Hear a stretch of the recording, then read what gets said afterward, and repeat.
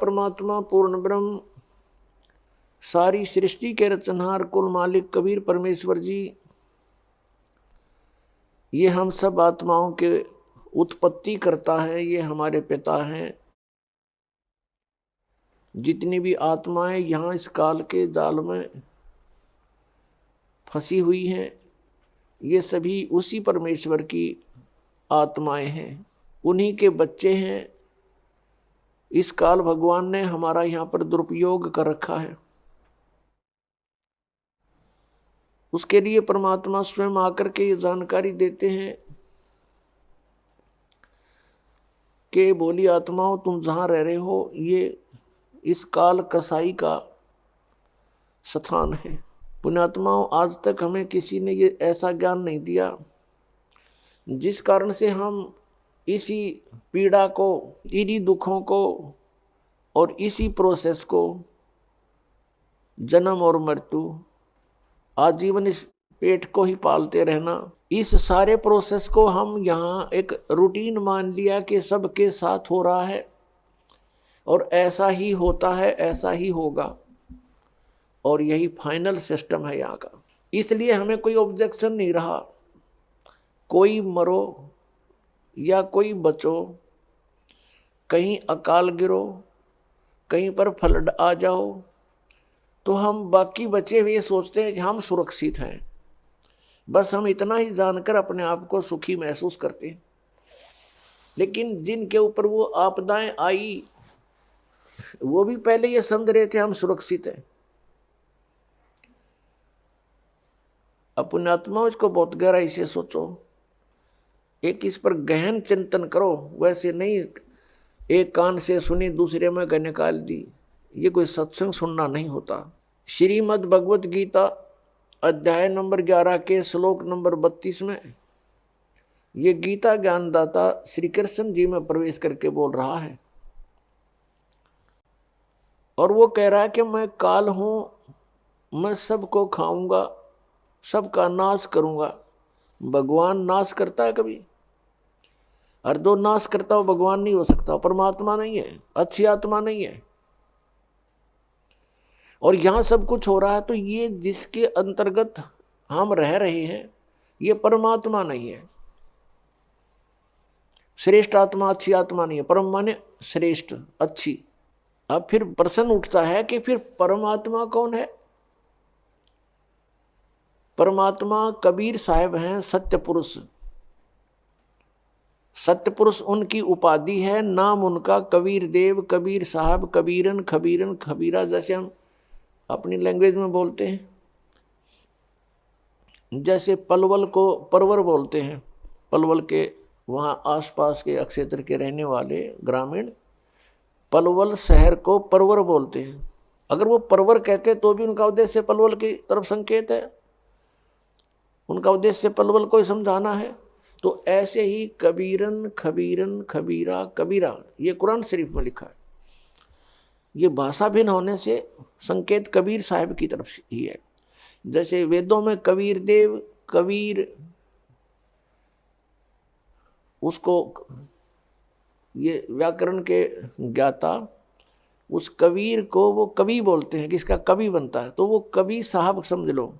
हम उसे कबीर देव, जैसे कबीर देव तो लिखना ही पड़ेगा, तो हम कबीर को वह बोलते हैं, तो कबीर साहब कहने लगे। देव माने साहब कहो, परमात्मा कहो, भगवान कहो, अल्लाह कहो। तो परमात्मा कबीर देव हैं। जैसे श्रीमद् भगवत गीता अध्याय नंबर 15 के श्लोक 16 और 17 में 3 पुरुष बताए हैं। एक सरपुरुष, अक्षर पुरुष और तीसरा परम अक्षर पुरुष। सरपुरुष कहो चाहे सरब्रह्म कहो, अक्षर पुरुष कहो चाहे अक्षर ब्रह्म कहो, परम अक्षर पुरुष कहो चाहे परम अक्षर ब्रह्म कहो।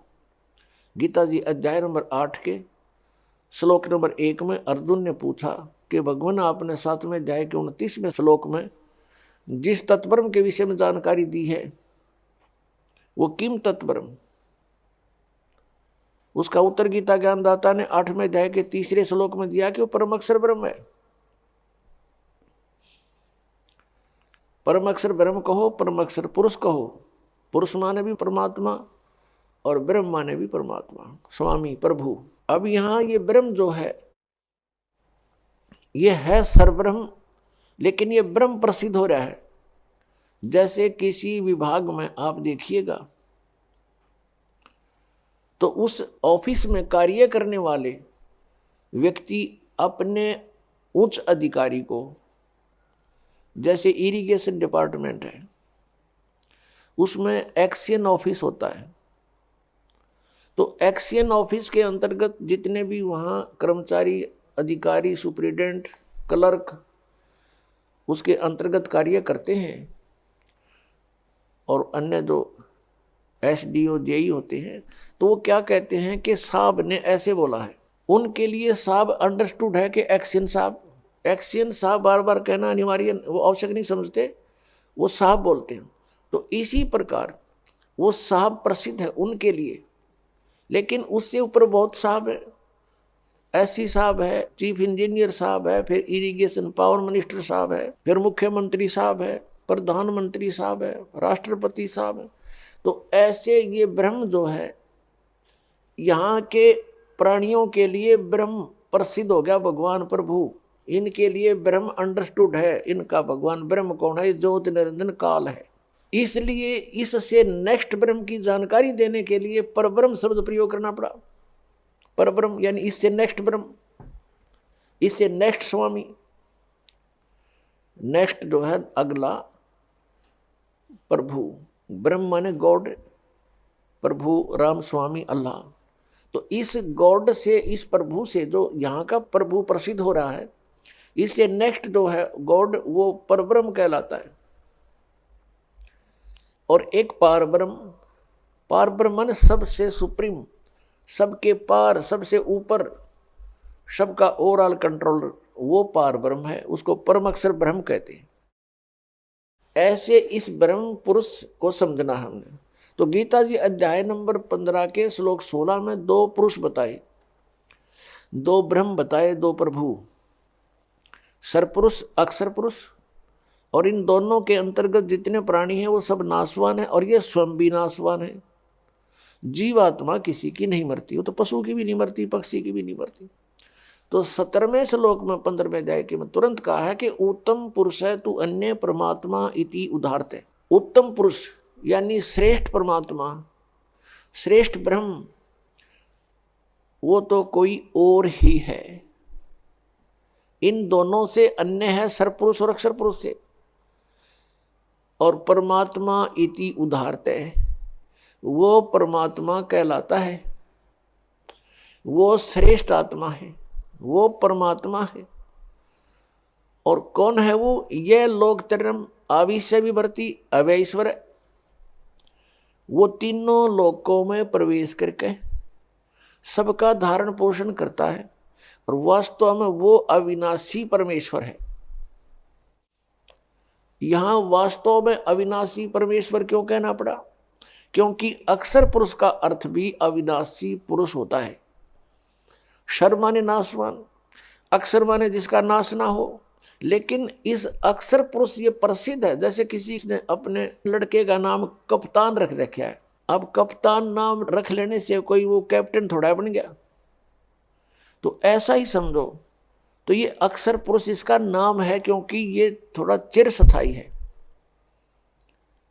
इसलिए इस अक्षर पुरुष कहने लगे। अब यहां ये भी डिफाइन करना पड़ेगा कि अक्षर पुरुष कितना अक्षर पुरुष है।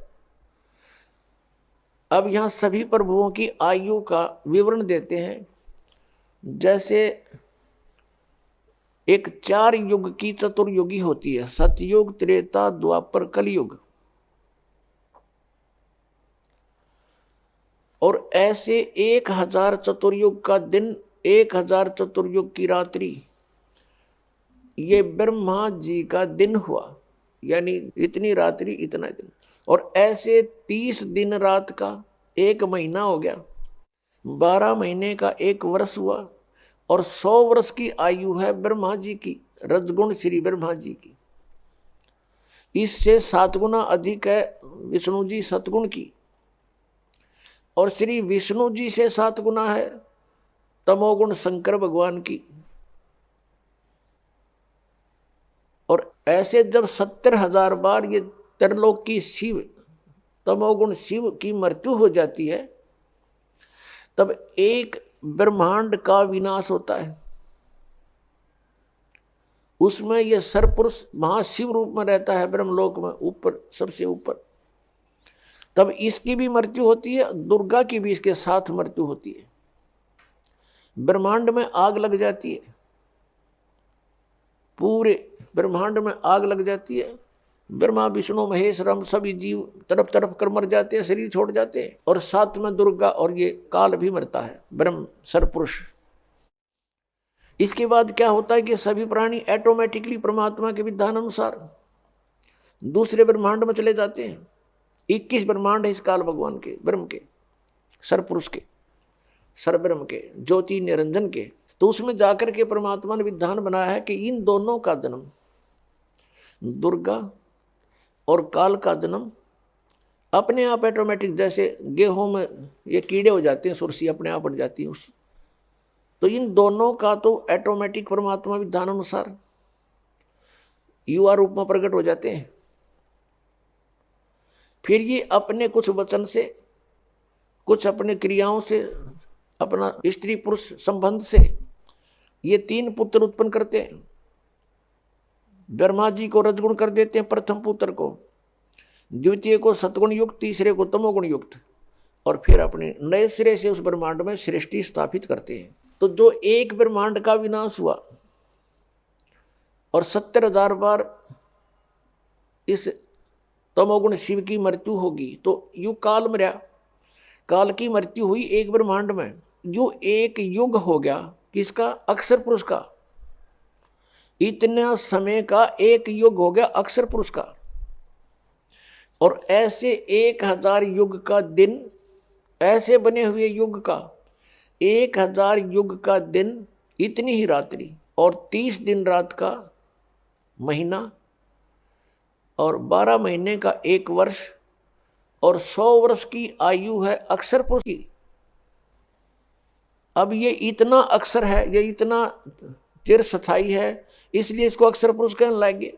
और फिर भी इसकी मृत्यु है। एती उम्र बुलंद मरेगा अंतरे, सतगुरु लगे न कान न भेंटे वो संतरे। इतनी लंबी उम्र भी हो जाएगी तो भी मृत्यु होगी, क्योंकि वो तत्वदर्शी संत नहीं मिला तुम्हें, जिसका गीता जी अध्याय नंबर 4 के श्लोक नंबर 34 में वर्णन है। और परम अक्षर ब्रह्म की, परम अक्षर पुरुष की मृत्यु नहीं होती।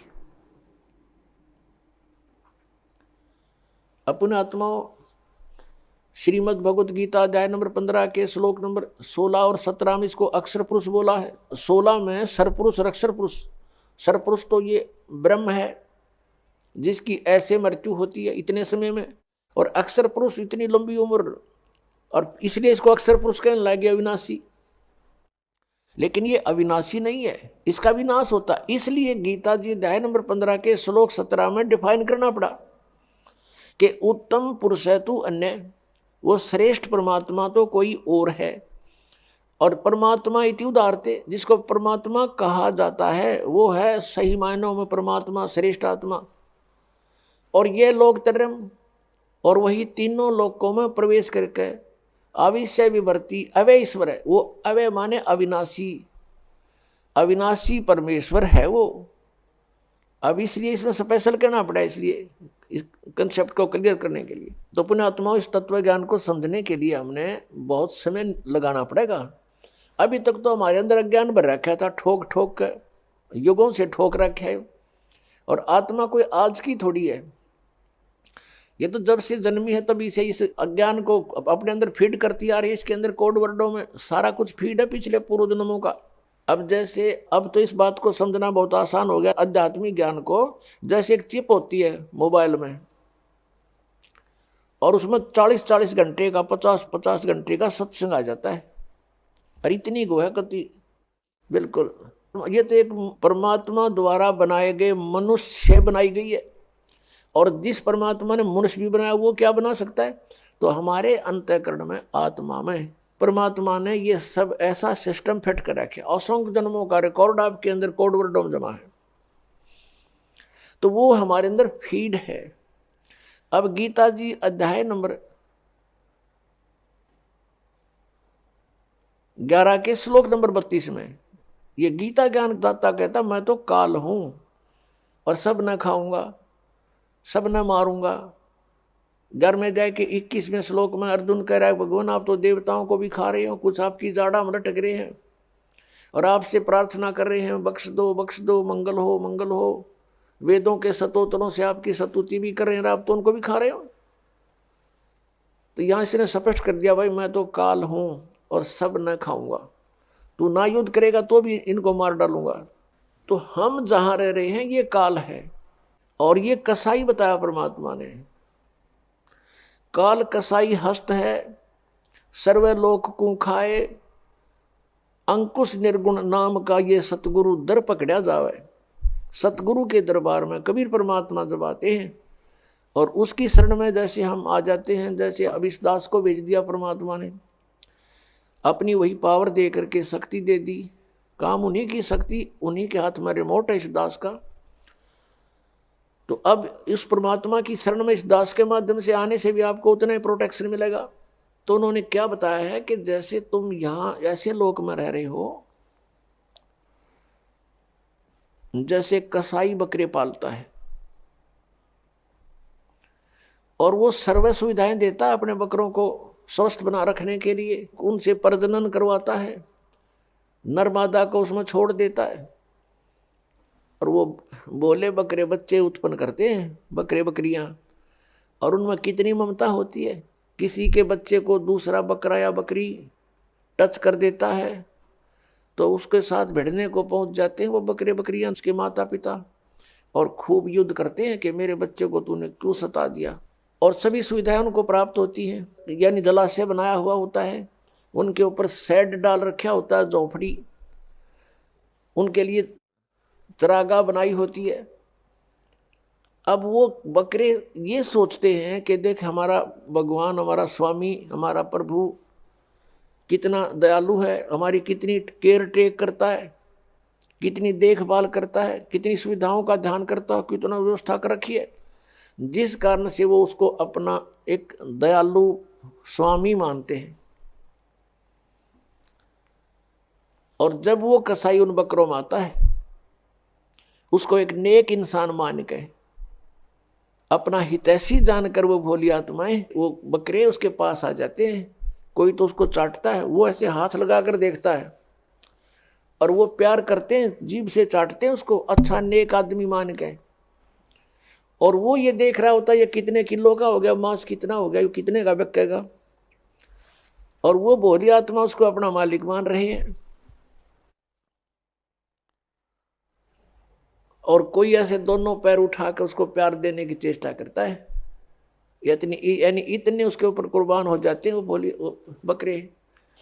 और फिर वो देखते हैं कि जब ऑर्डर आता है उसको 10-20 बकरों का, तो वो ना देखता किसकी माँ मरेगी, किसका बेटा मरेगा, किसी का भाई मरेगा, किसकी बहन मरेगी, डंडा लेकर और मोटे मोटे छांट लेता है और जाके कड़च कर देता है।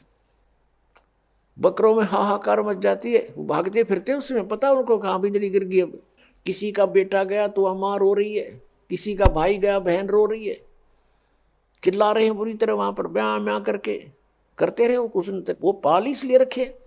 तो परमात्मा कबीर जी ने आगे बताया कि आपके प्रभु की ये दशा है जैसे उस कसाई की है। अब यहां इस पृथ्वी से परमात्मा कबीर जी से तप करके प्राप्त करी और इसमें हम अपनी गलती से इसके साथ आ गए। अब इसने हमारा दुरुपयोग किया है, हमें सताने का हर संभव प्रयत्न किया है। कारण क्या है कि ये चाहता है कि इनको जितना दुखी करूंगा उतना ही वो सतपुरुष कबीर साहब दुखी होगा, क्योंकि ये उसके बच्चे हैं। इसलिए इसने हमारे को यहाँ दुखी करने में कोई कसर नहीं छोड़ रखी। अन्य पशु पक्षी बना दिए, उसमें सिरे से ही सब कुछ कष्ट है, और फिर उन्हीं में से मच्छर हैं, सर्प हैं, सिंह हैं, शेर, और ये मनुष्य को मारने के लिए, इनको पीड़ा देने के लिए तैयार कर दिए। अन्य कीटाणु बना दिए जिनसे इनको इन्फेक्शन हो, मर जाए, इनको बीमारियां लग जाएं। यानी कोई भी कसर उसने नहीं छोड़ रखी जो हमें वो दुखी कर सकता है, सब तरह से तंग कर रहा है। और हम फिर भी इसको भगवान मानते हैं, जा रहे हैं, क्योंकि हम देख रहे हैं कितनी अच्छी पृथ्वी है, इसमें फल फ्रूट लगे हुए हैं, बगीचे बने हुए हैं, झरने चल रहे हैं, सूर्य उदय हो रहा है, शीतल हवा चल रही है, काजू किस्मत सेब संतरे मेवा लगी हुई है। हम ये सोचते हैं बड़ा भगवान, बड़ा दयालु परमात्मा, हमारी कितनी सुविधा कर रखी है। और तब वो भगवान कहाँ गया? किसी का बेटा मर गया, किसी की बेटी मर गई, एक्सीडेंट में मार दिया, कहाँ गया वो भगवान? वो दयालुता कहाँ गई उसकी? तो परमात्मा हमें याद दिलाते हैं, तुम उस लोक को छोड़ आए जहां तुम सुखी थे, मृत्यु नहीं होती थी, तुम्हारे अंदर वृद्ध अवस्था नहीं होती थी। अब यहां प्राणी वृद्ध अवस्था को कति पसंद नहीं करता, और मृत्यु को तो करना है किसने है? मृत्यु तो 95 वर्ष का हो गया व्यक्ति आशा करता है कि अभी जीवित और रहूं। आशा सभी करते हैं और करनी भी चाहिए, क्यों? तो जन्म हुआ फिर मरे किस लिए? तो हम सभी इस चीज को बुरा मानते हैं कि ना तो बुढ़ापा होना चाहिए और ना मृत्यु होनी चाहिए। ये हमने घड़ी खटका है, और यहाँ डेफिनेट है, हम देख रहे हैं सभी में वृद्धावस्था आएगी, सब मरेंगे। अब हमने ऐसा क्यों लग रहा है? क्योंकि हम ऐसे स्थान पर रहा करते थे जहां जरा और मरण नहीं होता था, जरा मीन वृद्धावस्था। श्रीमद् भगवत गीता अध्याय नंबर 7 के श्लोक नंबर 29 में कहा है कि अर्जुन, जो जरा मरण मोक्षाय यतन्ति ते मम आश्रित है, मेरे ज्ञान का आश्रय करके जो जरा और मरण से छूटने के लिए यत्न कर रहे हैं, ते ब्रह्म तत्विदु कृष्णम अध्यात्म अखिलम च कर्मम, वो सारे अध्यात्म से और सभी कर्मों से और तत्ब्रह्म से परिचित है। वो केवल जरा और मरण से छूटने का प्रयत्न जो कर रहे हैं, वो किसी और वस्तु की डिमांड नहीं करते, तो वो उस तत्ब्रह्म से परिचित हो चुके हैं और सारे कर्मों से परिचित हो चुके हैं। और पूरे अध्यात्म ज्ञान से परिचित व्यक्ति ही जरा और मरण से प्रयत्न कर रहा है, छूटने के लिए प्रयत्न कर रहा है। तो जरा और मरण कहां नहीं होता? सतलोक के अंदर। शंखों लहर मेहर की उपजे, कहर नहीं जा कोई, दास गरीब अचल अविनाशी, सुख का सागर सोई। सतलोक के अंदर कहते शंखों लहर मेहर की उपजे। अब वहां हम सतलोक में रहा करते थे, हमारा ऐसा ही शरीर था जैसा आपका यहां पर है, लेकिन उसका मैटेरियल ये नहीं है। वो शुक्रम अकायम है, ऐसनाविरम है। माता पिता के योग से जैसे यहाँ शुक्र से बनता है, ऐसा वहाँ हमारा शरीर नहीं है। यहाँ 5 तत्व से बना हुआ है, वहाँ 1 तत्व से, नूर तत्व से बनता है। अब जैसे हमारा शरीर 5 तत्व से बना हुआ है, इसमें कहीं तत्व दिखाई नहीं देता और कितना सुंदर हमें लगा है। इसी प्रकार उस नूर तत्व का वहाँ ऐसे परमात्मा ने व्यवस्था कर रखी है। हमारे आत्मा के ऊपर फिर एक कवर वो नूर तत्व से होगा, और उसका 16 सूर्य जितना प्रकाश होगा, इतना तेज, इतना नूर होगा, उसका होगा मनुष्य दृश्य ही। और वहाँ पर आपका पूरा परिवार होगा, आपका अलग से कुटुंब होगा, पूरा अलग से महल बने हुए हैं जिनको बने बनाए आप छोड़ आए। आपकी सारी व्यवस्था वहाँ पहले से बनी हुई है, और एक व्यक्ति को यानी एक आत्मा को और उसके कुटुंब को, परिवार को वहाँ पर इस पृथ्वी जितना स्थान अकेले को प्राप्त है। उसमें बाग बगीचे झरने बहुत गुणे। अब ये बातें आपका ना समझ में आवे, और हम वहाँ इतने खुले स्थान पर रहते थे, इसलिए यहाँ पर भी हमारी वो टेंडेंसी है, हमारी वृत्ति वैसी ही है। हम क्या चाहते हैं? एक पार्क हो, कोठी हो, कोठी भी कई कमरे की हो, ऊपर नीचे हो हैं, और खूब सैर सपट्टे करने, कार हो, स्पीड से जाओ और इधर उधर घूमे।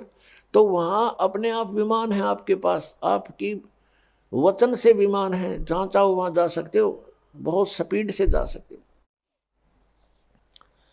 और बहुत बड़े आपका स्थान है। तो वो सुविधाएं आपको वहाँ थी, उसकी अब खोज हम यहाँ कर रहे हैं। कोयले की खान में हम स्वर्ण ढूंढ रहे हैं, गोल्ड, या कोयले की खान है, हम ढूंढ रहे हैं यहाँ सुख, या सारा दुख ही दुख है। परमात्मा कहते हैं तन दर सुखिया कोई नहीं देखा, जो देखा सो दुखिया हो।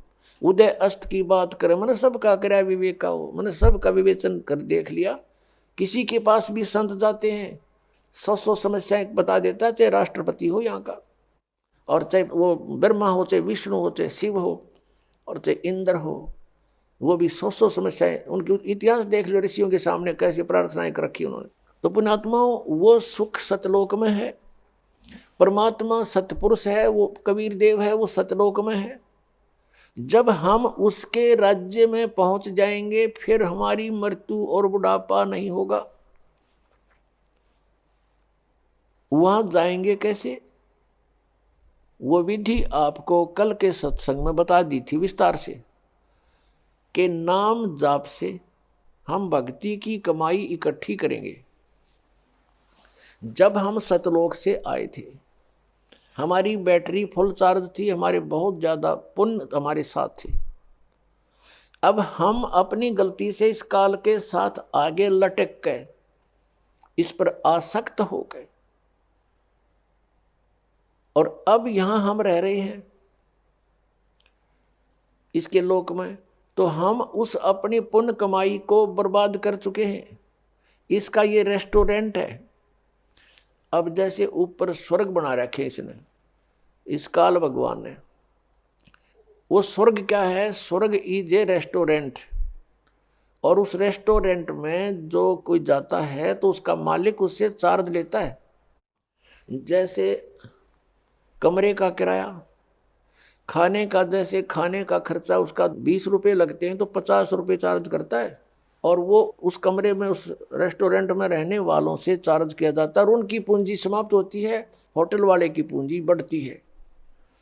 तो ऐसे ये काल भगवान ने रेस्टोरेंट बना रखे हैं जिनको ये स्वर्ग कहता है। वहाँ सारी सुविधाएं, बदमाशी, बकवाद, डांस, गाने, बड़े बड़े झरने बह रहे हैं, पार्क बने हुए हैं, वहाँ ये सैर सपट्टे करके स्वर्ग में अपने पुण्यों को नष्ट करके फिर दोबारा यहाँ पृथ्वी पर आ जाता है।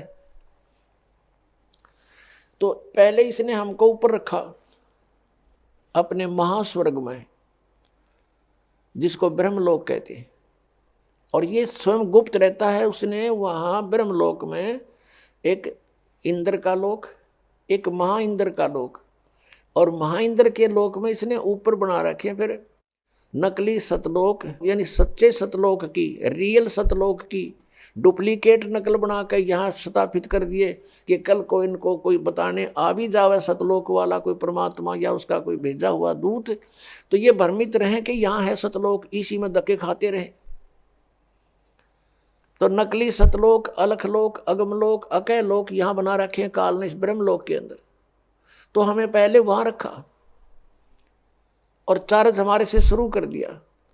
फिर हमारी पूंजी कुछ कम हुई तो नीचे वाले स्वर्ग में रखा, जहाँ इंद्र का लोक एक अलग से है, कॉमन स्वर्ग बोलते हैं उसको।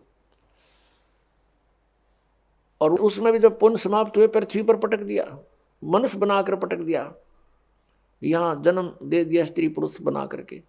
फिर यहाँ पर हमारे इतने पाप इकट्ठे होते चले गए। पुण्य क्योंकि शास्त्र अनुकूल साधना से बनते हैं, शास्त्र अनुकूल साधना इसने मिथ्या करवा दी। जब तक हमारे पूर्व जन्म के पुण्य रहते हैं तो हम जो साधनाएं किसी से भी सुनाते हैं उसको करते रहते हैं, और वो हमें लाभ हो रहा है पूर्व जन्म के संस्कारों से। हम सोच रहे इन साधनाओं से हमें पुण्य लाभ हो रहा है। तो इस भ्रम के अंदर हम अपने सतयुग, त्रेता, द्वापर में ये सब पुण्यों का नाश कर देते हैं। और उस दौरान परमात्मा आते हैं, स्वयं चारों युगों में आते हैं, क्योंकि अपना का दुख अपनों को ही होता है। उस परमात्मा से हमारा कष्ट सहा नहीं जाता।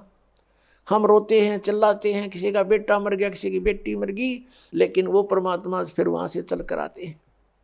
हमें ज्ञान देना चाहते हैं कि तुम जहाँ रह रहे हो ये स्थान ठीक नहीं, ये काल का लोक है, और यहाँ जितनी बार जन्मोगे ये संकट तुम्हें झेलने पड़ेंगे।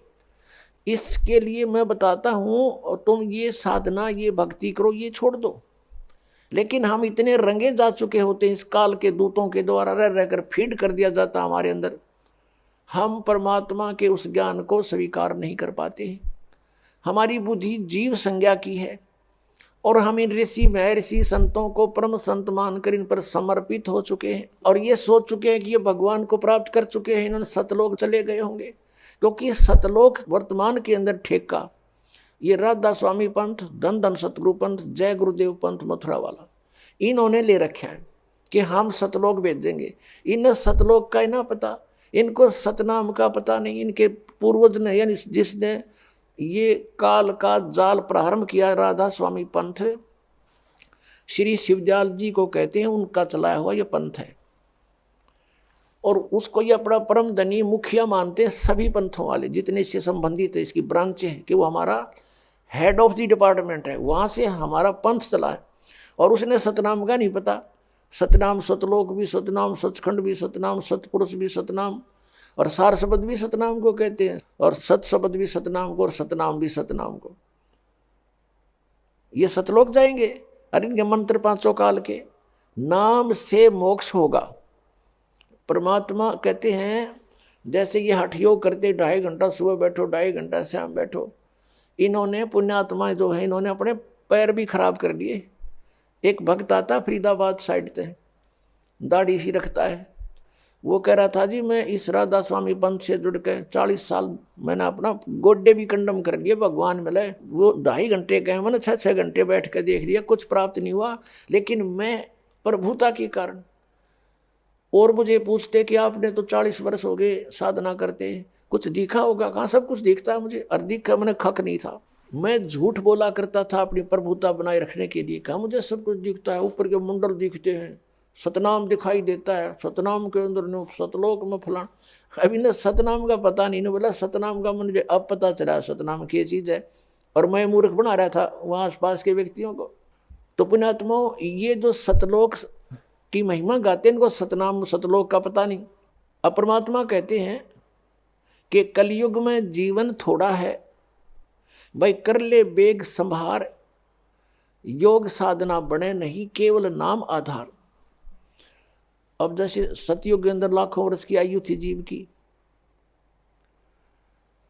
और फिर त्रेता में लास्ट में 10,000 वर्ष की आयु रह जाती है, और द्वापर के अंत में 1000 वर्ष की आयु रह जाती है, और कलयुग के लास्ट में 20 वर्ष की आयु इस मनुष्य की रह जाएगी। तो लाखों वर्ष बैठ के वो हठ योग करें जाते, सबकी समाधियां ऊपर जाती थी। समाधि क्या चीज़ है? जैसे कल आपको दिखाया था, रात्रि के समय जय गुरुदेव पंथ के मुखिया श्री तुलसीदास साहिब मथुरा वाले का अनुभव, वो कहीं बताता है मुझे रास्ते में रामकृष्ण दिखाई दिए, फिर कहता है मुझे वहाँ उनके कहते हैं सीन दिखाई देते हैं, वृक्षों में आदमी, और वृक्ष नाच, आदमी उनका लटक रहे, व्यक्ति लटक रहे हैं और वृक्ष नाच रहे ये मूर्ख बना रहा काल इनको। तो फिर ये कहता है श्री राम श्री कृष्ण की झांकी देखी, नज़ारा देखा, उनकी सवारी निकली मैंने देखी साधना में। फिर इन्होंने क्या देखा कि वहाँ सतपुरुष एक स्त्री के साथ बैठा हुआ यू काल बैठा है दुर्गा के साथ में, दूर से दिखाई दे दिया इसने किसी रूप में। इंद्र भी अपनी पत्नी के साथ, सची के साथ रहता है स्वर्गलोक में, तो इसने वो ज्ञान है ही नहीं, इसी को देख लिया परमात्मा है, सतपुरुष है। अब क्या है कि जैसे सतयुग के अंदर साधक साधनाएं करते थे, उनके सबत शरीर होते थे और माइंड सेट होता था, पूर्व संस्कार अच्छे होते थे, कोई काम नहीं होता था विशेष। जैसे सतयुग में सभी हरा भरा होता है पूरा पृथ्वी, और बहुत सुंदर मेवा फल, और जैसे आपने देखा होगा सामक एक घास होता है जिसके बहुत बाजरे जैसे दाने लगते हैं, और इस तरह के गेहूं वगैरह ये अपने आप उगे रहते हैं। उनको काटो समय आने पर और अपना पछोड़ो और खाओ, फल खाओ, काम कोई नहीं, लेकिन वो भगवान की भक्ति अवश्य करते हैं। अब जैसा भी उनको ज्ञान होता है ऋषि महर्षि या आस पास से, तो उसी तरह वो बैठ जाते, बैठकर उनके अंदर कोई ना कोई चैनल ऑन हो जाता उनका। जैसे हमारे शरीर में ये कमल बने हैं, मूल कमल में गणेश जी का वासा है, उससे ऊपर स्वाद कमल है जिसको अधिष्ठान चक्र बोलते हैं, तो उसमें सावित्री और ब्रह्मा जी का चैनल है वो। यानी चैनल क्या होते हैं, टीवी में चैनल होते हैं, ओरिजिनल कार्यक्रम तो उनके कहीं पर भी वो लाइव दिखा रहे हैं तो कहीं और हो रहा है, दिख रहा है टीवी में, और दिखता उसी को जो उसका चैनल ऑन हो जा उस कार्यक्रम का, तो वो कार्यक्रम हो रहा है कहीं और दिख रहा है टीवी में। तो ऐसे ही ये ऊपर नज़ारे हो रहे हैं कहीं और दिखते हैं इस शरीर के अंदर, और दिखते केवल ये ब्रह्मांड के ही हैं, सतलोक के इसमें नहीं दिखते, क्योंकि अंड और पिंड के पार स्वदेश हमारा है। तो ये क्या करते थे, इनको अंदर समाधिस्थ हो जाते थे, कोई चैनल ऑन हो जाता है इनकी पूर्व की भक्ति से, और फिर उसमें वो देखते वहाँ नज़ारे, कोई जैसे झरने दिख रहे हैं, कहीं पर कोई सवारी आ रही है, कोई किसी की, ये काल उनको मूर्ख बनाने के लिए एक बाजीगरी शुरू कर देता है। अपने आत्माओं जैसे सिनेमा देखने जाया करते, पहले फिल्म देखने, अपने पल्ले से पैसे लगाते और 3 घंटे ऐसे जाते जैसे 3 मिनट चली गई हूँ, और फिल्म समाप्त होते ठगे से रह जाते, जैसे तो और चलनी चाहिए थी, थोड़ा सा समय हुआ, और 3 घंटे, और 3 घंटे वो बैठ कर दिखाओ भक्ति में, कति नहीं बैठा था, 100 बार इधर देखेंगे, 100 बार इधर, वहाँ चले वहाँ चले। और तो ये समाधिस्थ नहीं होया करते थे, काल इन्हें मूर्ख बना रहा था। अब ये मन जो है ये टिकने नहीं देता जीव को। अब इसके वहाँ समाधिस्थ होकर ये कई वर्षों तक बैठे रहते थे। इसका कारण ये था कि मन को बाहर की अपेक्षा अंदर के नज़ारे बाहर से अच्छे दिखने लग जाते, तो ये उनमें लीन होता, उधर पहुँचा, वहाँ चला, वहाँ चला, और खाएं ज़्यादा के इतने समय पूरा हो जाए इसके जीवन का, और वो हठ योग करने से सिद्धियाँ आ जाती हैं। परमात्मा के नाम से जो भी व्यक्ति कोई क्रिया करता है उससे उसके अंदर सिद्धियां आ जाती हैं। मोक्ष मार्ग नहीं है वो। उन सिद्धियों के आधार से इन्होंने किसी को हानि कर दी, किसी को लाभ दे दिया, अपनी कमाई नष्ट कर दी। इससे ये महर्षि प्रसिद्ध हो गए। किसी का भविष्य की बातें बता दी कि तेरा ऐसा होएगा, तो लोग उनको पूजने लगे। अरे उसने के केला तोड़ दिया, न्यू बता दिया तेरा छोरा मरेगा, लड़का मरेगा। वो पहले और चिंता शुरू कर दी, और फिर समाधान बताओगे, ये कर दो वो कर दो, और फिर उसकी मृत्यु तो होनी डेफिनेट है, क्योंकि उनके पास वो मार्ग नहीं जिससे उसकी आयु बढ़ जाए, जो इस दास के पास परमात्मा ने दे रखी है। तो फिर वो लड़का मर जाता है, तो अड़ोस पड़ोस के भी कहते हैं भाई उस महात्मा ने तो पहले बता दिया तेरा लड़का मरेगा, बताओ उसने के केला तोड़ दिया, लड़का मरेगा। और उसी से वो प्रसिद्ध हो गए, भाई बड़ा बहुत भविष्य की जानता है। तो इसका कोई लाभ था इनसे। तो अब परमात्मा कहते हैं कि तुम किसी से ज्योतिष दिखा के आना, नाम लेने तो पहले, फिर ना धक्के खाना, नहीं तो नाम खंड हो जाएगा। और वो कोई आपको हानि बता दे कि आपको उस समय में इतनी हानि होगी, या कोई ऐसा दुर्घटना होगी, आपके परिवार का सदस्य या आपकी कोई मृत्यु का संयोग बताता है, तो यहाँ उपदेश लो और सच्चे दिल से नाम खंड मत होने देना, और फिर देखना।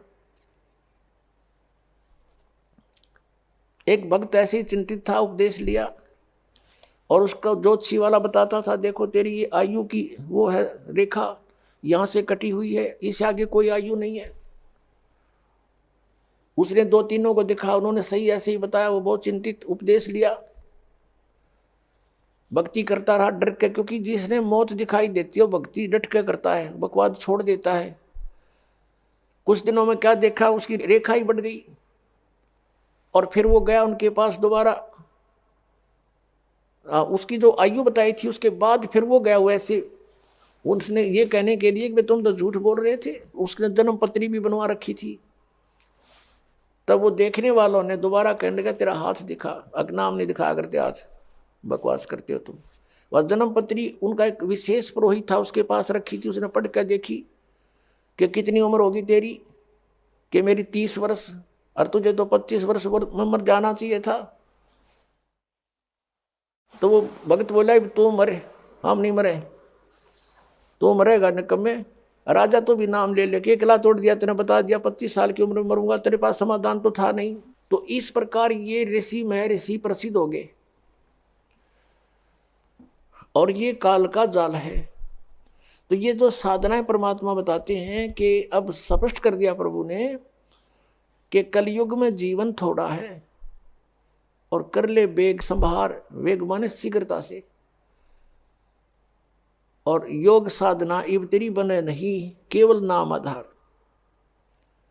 जैसे तुलसी साहब जी हुए हैं, वो जिसने रामायण लिखी है, वो भी कहते हैं कलयुग केवल नाम आधारा, सुमर सुमर नर उतरो पारा। अब कौन से राम का, कौन सा नाम, अब नाम के ऊपर बात आ जाती है कि मोक्ष मंत्र के जाप से होगा, मंत्र के जाप से हमारी भक्ति बनेगी, कमाई बनेगी, और उस भक्ति की कमाई से हम फिर दोबारा रिचार्ज होकर के सतलोक जा सकते हैं। हम जब सतलोक से आए थे हम फुल चार्ज थे, यानी हमारे पास हमारे बैग भरे थे हमारी पुण्य कमाई के। इस काल ने हमें लूट लिया, और जो साधना इसने बताई हैं वो अस्थायी लाभ की है। जैसे वेदों में ओम नाम का जाप 5 यज्ञ बताई है, तो ये ओम नाम ब्रह्म का है। ओम नाम की कमाई इस महास्वर्ग में, सतलोक में नहीं, महास्वर्ग में, और इसके नकली सतलोक में, वहां हम बर्बाद कराते थे। जैसे आपको बहुत बार बताया है कि एक समय मार्कंडेय ऋषि साधना कर रहा था, तब ऐसे समाधिस्थ होकर बैठा था, और जो वर्तमान में इंद्र होता है स्वर्ग का राजा, वो यज्ञ तप आदि से बनता है। तो उसको एक हिदायत इंस्ट्रक्शन होती है, उसके लिए एक चेतावनी होती है कि तेरे शासन काल में यदि कोई इंद्र की गद्दी प्राप्त करने योग्य तप कर लेगा तो तुझे गद्दी से हटाना पड़ेगा और उसको गद्दी पर नियुक्त करेंगे। तो ये भी चिंता उसको रहती है कि मेरे शासन काल में कोई इंद्र की गद्दी प्राप्त करने योग्य कोई यज्ञ या साधना ना कर ले, तप ना कर ले। इसलिए वो अपने देवताओं को पृथ्वी पर एज ए CID इंस्पेक्टर छोड़ देता है। तो ऐसे किसी दूत ने जाकर के इंद्र को बताया कि बंगाल की खाड़ी में एक मार्कंडे नाम के ऋषि बहुत दिनों से साधना कर रहे हैं, तप कर रहे हैं। इंद्र को चिंता हुई, उसने एक उर्वशी अपने लोक से एक सुंदर औरत भेज दी, सब हार श्रृंगार उसको दे दिए, उसको एक सिद्धि भी दे दी कि उस ऋषि के आसपास ऐसा वातावरण बना दे बसंत जैसा, सुगंध छोड़ दे। और उसने ऐसा ही किया, और फिर वो सामने जाके खड़ी होगी, सब सुंदर आभूषण पहने हुए। मार्कंडेय ऋषि की आधी आंखें खुली, आधी बंद थी, समाधिस्थ था, और वो देख रहा था सांग ब्रह्मलोक में। उधर से वो उर्वशी उसके सामने नाचने लगी, डांस करने लगी थोड़ी सी दूरी पर, कभी कैसी अदा करती है कभी कैसे, लेकिन उसने नजर ऐसी थी कि ये ऋषि कुछ हरकत करेगा मेरे साथ, ऐसा नहीं हुआ। तब उसने सोचा कि बात बनी नहीं, उसने सभी वस्त्र उतार दिए, नेक्ड खड़ी होगी। तब मार्कंडेय ऋषि ने कहा कि हे बेटी, हे बहन, हे माई, तू यहाँ किस लिए आई, कारण बताइए।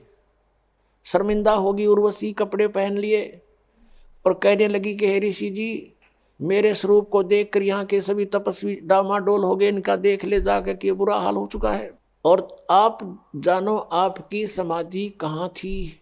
तब मार्कंडेय ऋषि ने बताया कि मेरी समाधि वहां पर थी जहां तेरे जैसी तो वहां डांस करने वालियों की दासियां थी, साथ साथ, यानी सेवन साथ साथ तेरे जैसी तो उनके चरण दौड़ने वाली थी, इतनी सुंदर है वो।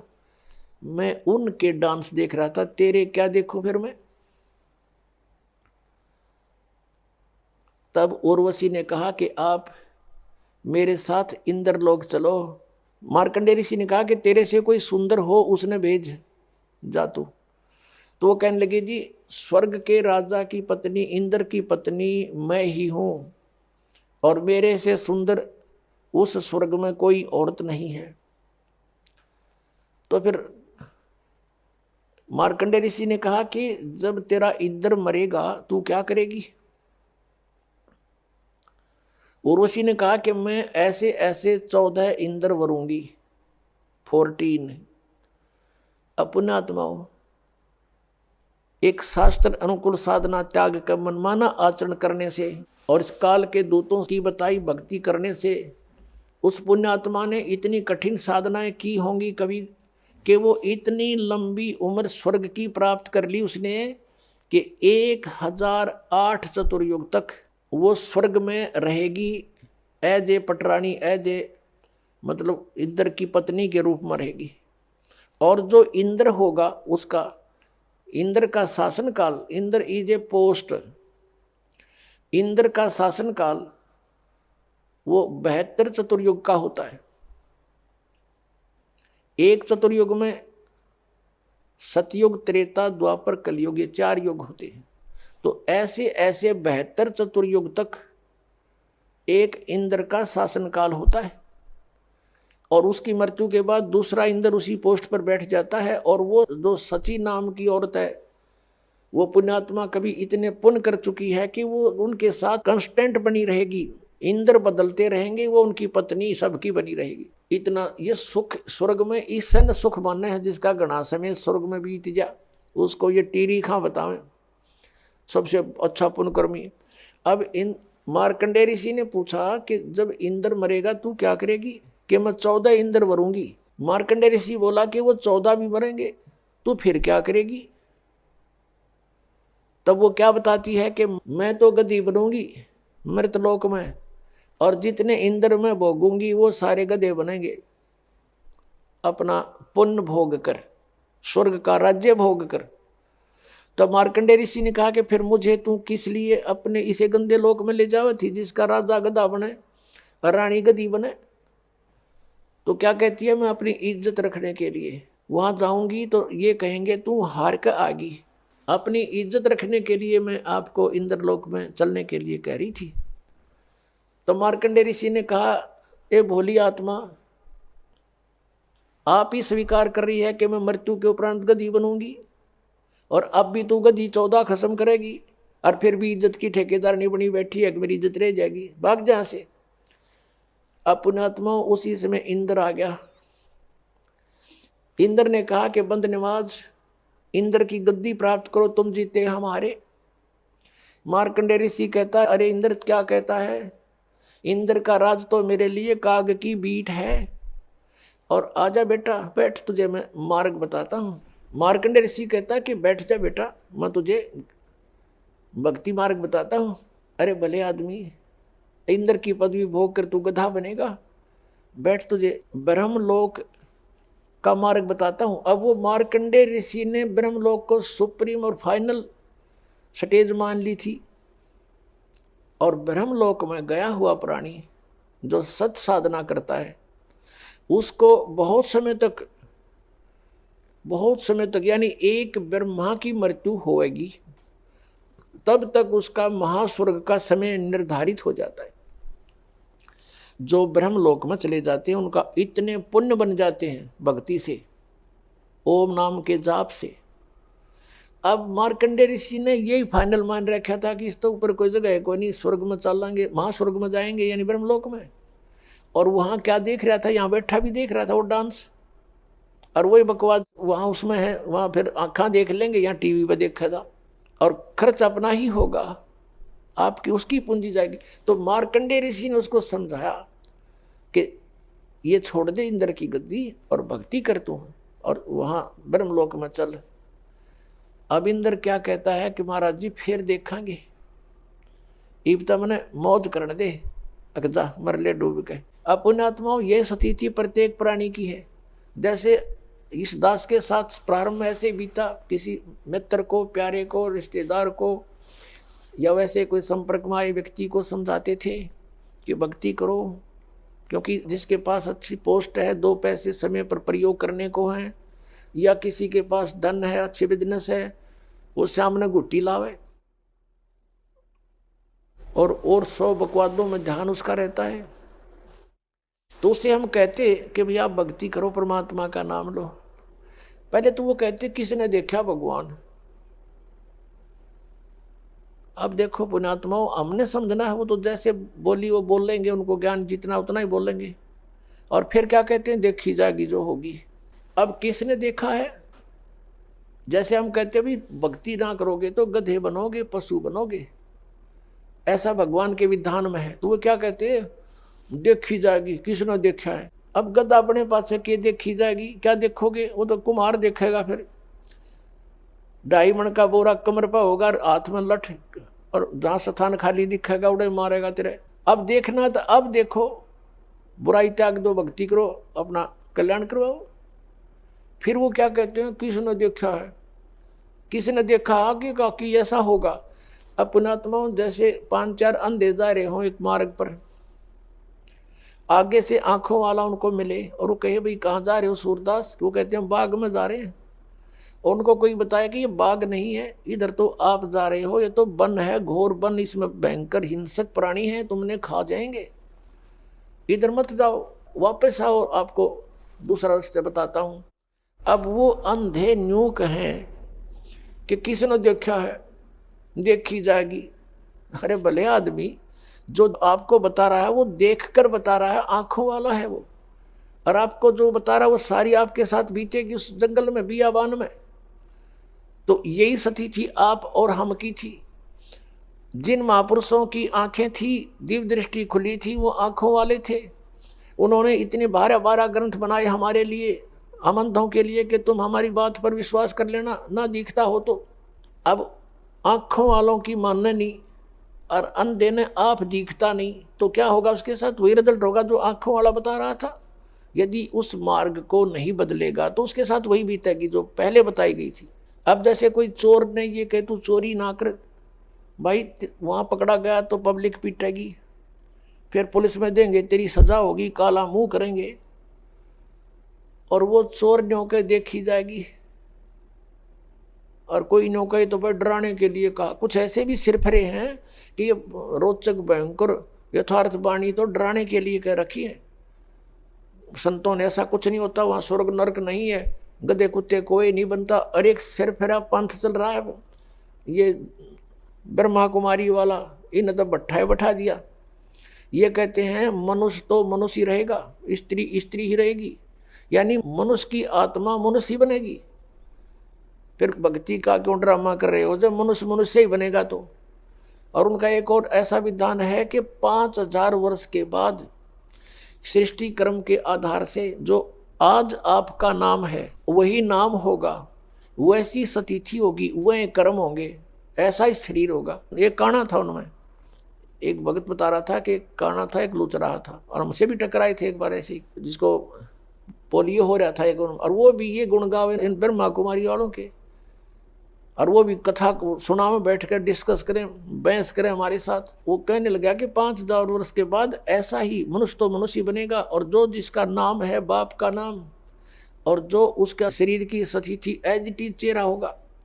तो उस भक्त कह रहा था कि मैंने उसे कहा कि काने तू तो काना ही बनेगा 5000 वर्ष के बाद, और लंगड़े तू लंगड़ा ही बनेगा। फिर टट्टू की भक्ति कर रहे हो तुम, क्या फायदा इस भक्ति का?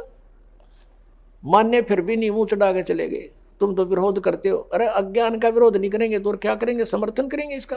ऐसा ही एक बार इस दास को मिले थे, यही स्थिति दोनों जोड़ा, उनको भी ऐसा ही कहा तो बुरा मान कर चले गए, माने नहीं, क्योंकि ऐसा सिर फिरा दिया इन्होंने, ऐसी भर दिया हमारे अंदर सारा गंद। तो जो प्रसंग चल रहा है कि हम उस परमात्मा को पाने के लिए जो प्रयत्न हमने करना है, जैसे अंधे न दिखा नहीं, आँखें वाला कि वो मानता नहीं, तो फिर वही होगा जो उसके साथ बताया गया है। अब जैसे चोर चोरी करता है और उसको कोई कहता है भी तेरे साथ ऐसे ऐसे बीतेगी, अब वो सच्चाई भी है और भयानक भी ला ले, डर भी है, और डरेगा तो बच जाएगा। जय वो डर मानना इस बात सच्चाई है ये, और भय भी होना चाहिए इस बात का भी चोरी कर रहा हूं तो ये बीत ना जाओ मेरे साथ में, तो वो फिर गलत काम को त्याग देगा।